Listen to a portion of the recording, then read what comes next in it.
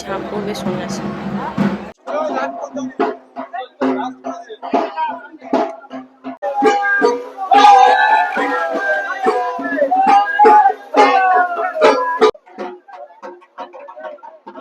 আমি এখন এসে গেছি হাওড়া জেলার বাগনানের বাঙ্গালপুর গ্রামের শতাব্দী প্রাচীন গাজন উৎসবে।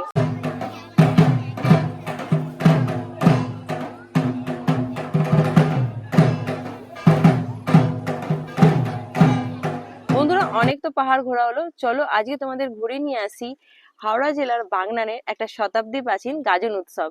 আর সেটা কোথায় সেটা জানতে হলে তোমাদের কিন্তু আমার এই ভিডিওটা পুরোটা দেখতে হবে।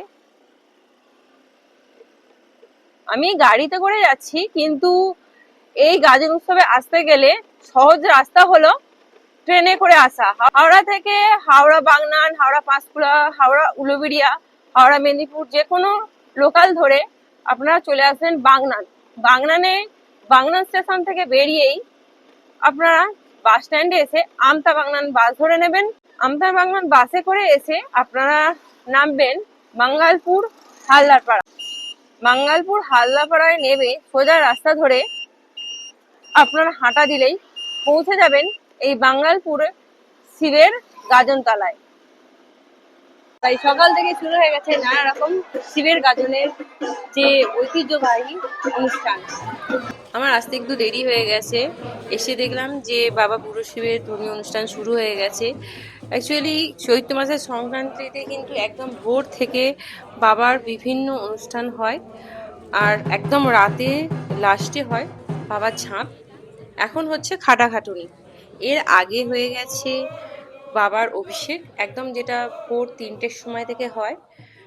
আর তারপরে হয়েছে কালিকা পাতারি নাচ, তারপরে হয়েছে একলোকি, এখন হচ্ছে খাটাখাটুনি। এখানে কিন্তু পুরো চৈত্র মাস ভরি সন্ন্যাসীদের নানা রকম অনুষ্ঠান চলে, তবে চৈত্র মাসের শেষ 3 দিন কিন্তু বিশেষ অনুষ্ঠান হয়। যেমন প্রথম দিনে হয় মা বিশালক্ষী ও পঞ্চানন্দের ঝাঁপ, দ্বিতীয় দিনে হয় মা মনসার ঝাঁপ, ধর্মের ঝাঁপ আর দক্ষিণ ধারের ঝাঁপ, এবং লাস্ট দিনে হয় বাবা বুড়ো শিবের ঝাঁপ এবং বাবার বুড়ো শিবের মন্দিরের সামনে নানা রকম ধর্মীয় অনুষ্ঠান।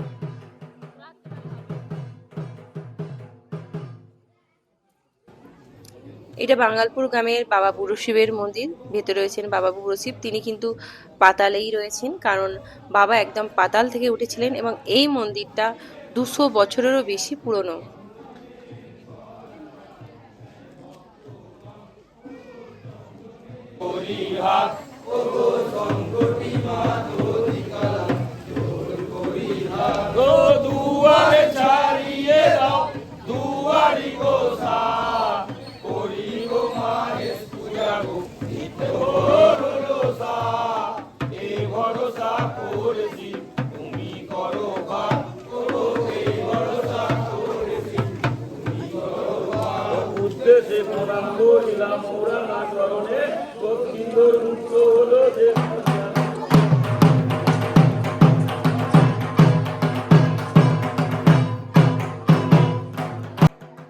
এই বাঙ্গালপুর গ্রামে বাবা বুড়ো শিবের মন্দিরের পাশে রয়েছে আমার মামার বাড়ি, এবং এই বাঙ্গালপুর গ্রামেই আমার জন্ম।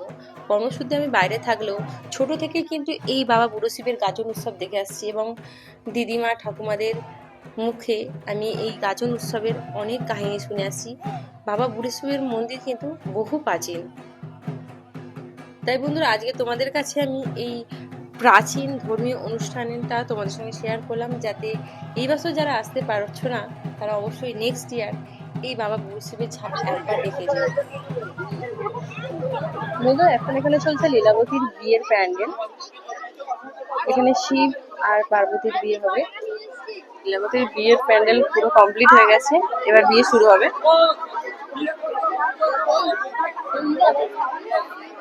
বন্ধুরা, শুরু হয়ে গেছে লীলাবতীর বিয়ে।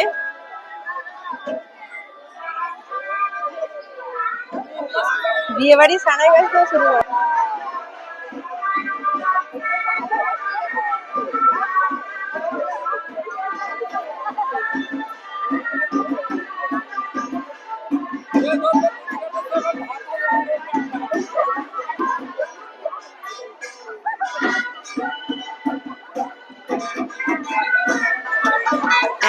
সন্ন্যাসীরা বেরিয়েছে বিয়ে বাড়ির নেমন্তন্ন দিতে।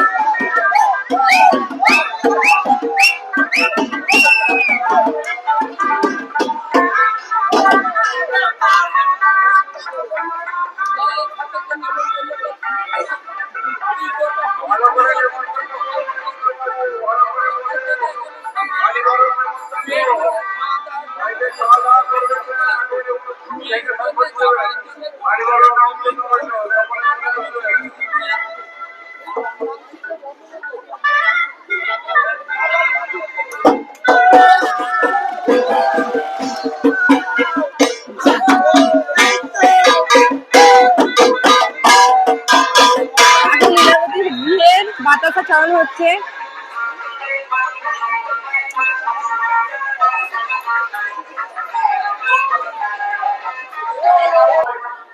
লীলাবতীর বিয়ের পর এখন চলছে কানামাছি খেলা। যারা নতুন সন্ন্যাস নেয় তাদের এখন চোখে বেঁধে বিভিন্ন মন্দিরে গিয়ে প্রণাম করানো হয়। এখন এখানে চলছে হেদোলা পড়ার প্রস্তুতি।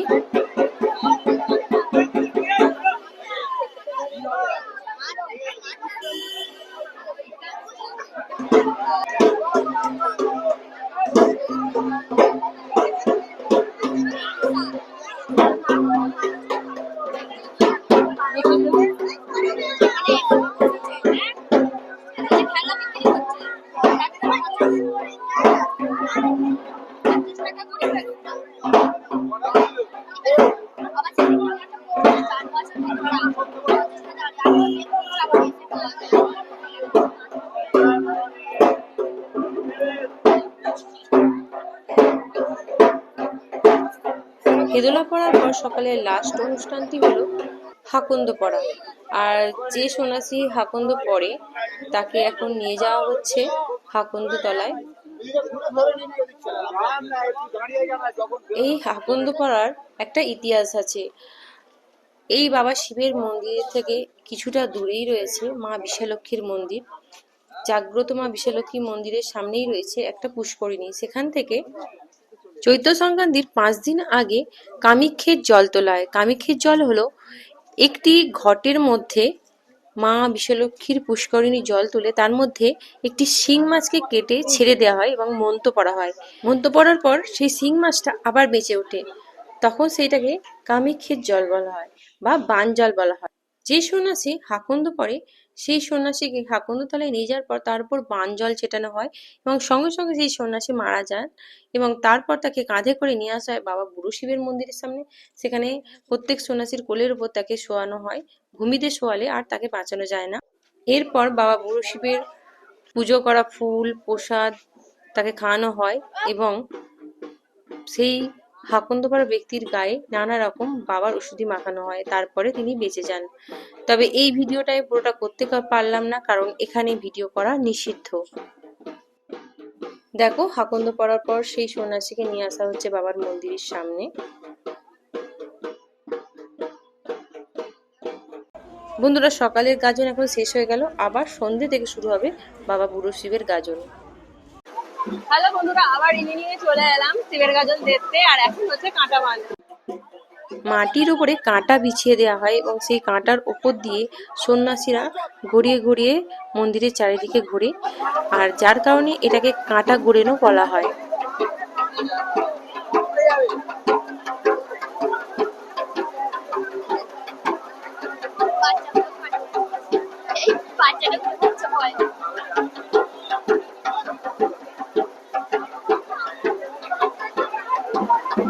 কাঁটা ঘোরানোর পর হচ্ছে ব্যাঙ নাচ। সন্ন্যাসীরা ব্যাঙের মতো নেচে নেচে মন্দিরের চারিদিকে ঘুরে বেড়ায়। এটা বেশ মজার একটা ধর্মীয় অনুষ্ঠান।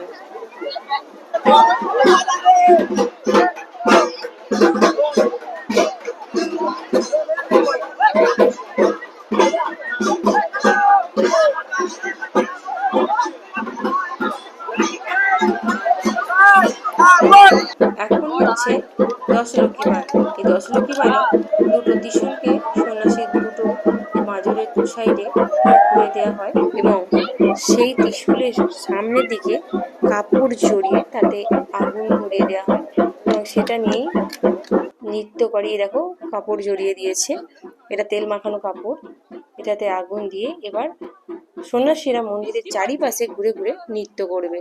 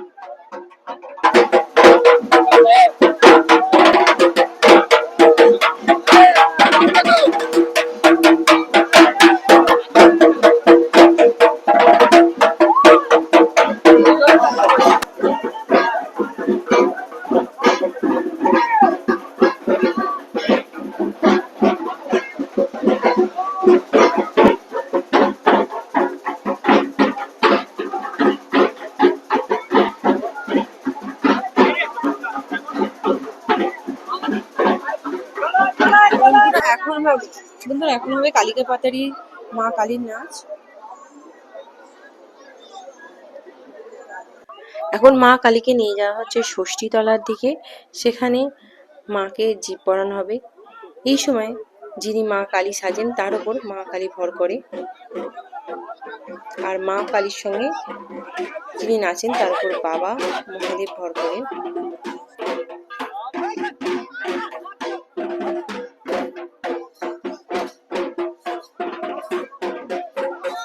এখন হচ্ছে মায়ের কালকে পাতারি নাচ। এখন মা অনেক ক্লান্ত হয়ে গেছে, আবার মাকে গান শোনার পর আবার মায়ের নাচ শুরু হবে।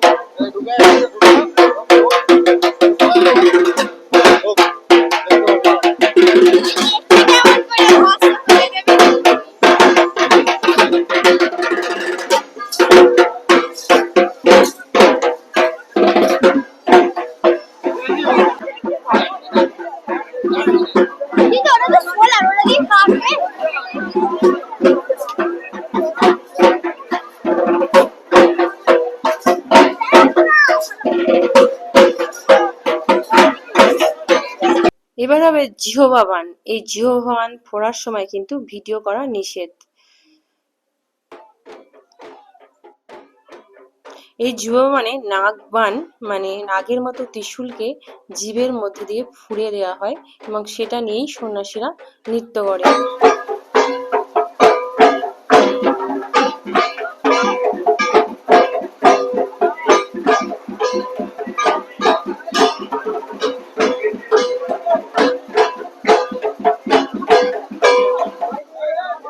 লাস্ট বান হচ্ছে সুতো বান। এখানে বুকের দু সাইডে মানে বগলের নিচে সুতো করে দেওয়া হয়, তারপর এই সুতো ধরেই নৃত্য করতে থাকে সন্ন্যাসী।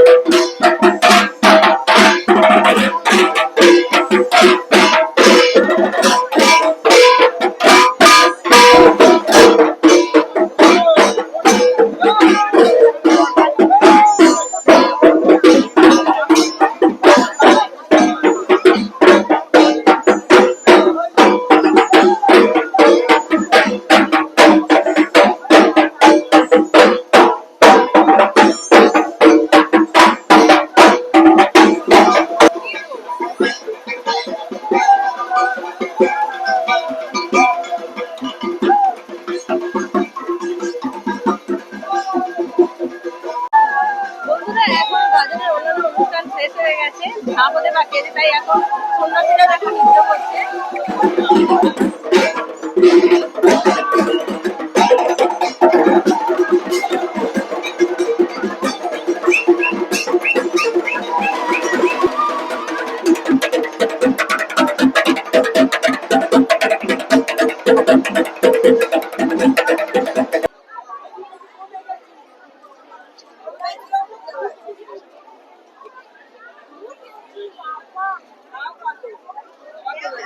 বন্ধুরা, এখন হচ্ছে মালি চন্দন। প্রত্যেক সন্ন্যাসীরা একে অপরকে গড়িমালা পরিয়ে চন্দনের ফোঁটা দিয়ে কোলাকুলি করছে। এরপরেই বাবা বুড়ো শিবের ঝাঁপ হবে, তারপরেই গাজন সমাপ্ত হবে। প্রায় 1 মাস ধরে চলে এই বুড়ো শিবের সন্ন্যাস অনুষ্ঠান। আর সন্ন্যাস শেষে সংক্রান্তি দিনে সমস্ত বাবার অনুষ্ঠানের পর এই মালিচন্দন এক অপূর্ব ভ্রাতৃত্ব বন্ধুত্ব মেলবন্ধন। বন্ধুরা, এখন হবে বাবার ঝাঁপ, আর এটাই বাবার গাজনের লাস্ট অনুষ্ঠান। এই বড় বড় বটির ওপরেই কিন্তু সন্ন্যাসীরা ঝাঁপ পড়বে।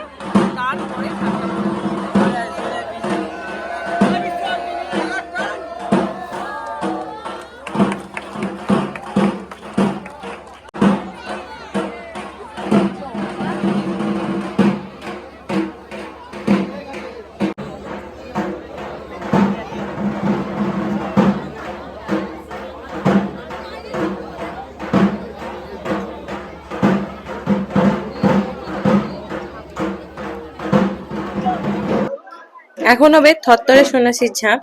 যেই সন্ন্যাসী ঝাঁপ করতে ভীষণ ভয় পায়, সেই জন্য তার জন্য এই শোলার বটি করা হয়েছে। এই যে এখন থরথরে সন্ন্যাসী উপরে উঠছে। এখন যে থরথরে সন্ন্যাসীর ঝাঁপ, আর এটাই লাস্ট।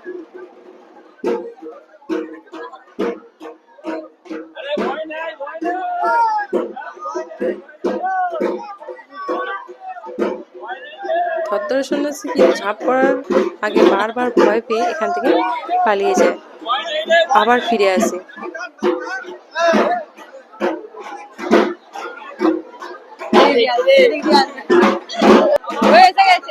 না, এবার জল খাবে, এবার জল খাবে, এবার সরে যাও, আবার জল মাথায় চাপা দিয়ে এবার জল দেবে, তারা মাথায় চাপা দিয়ে মাথায় চাপা দিয়ে এবার বুঝতে পারবি।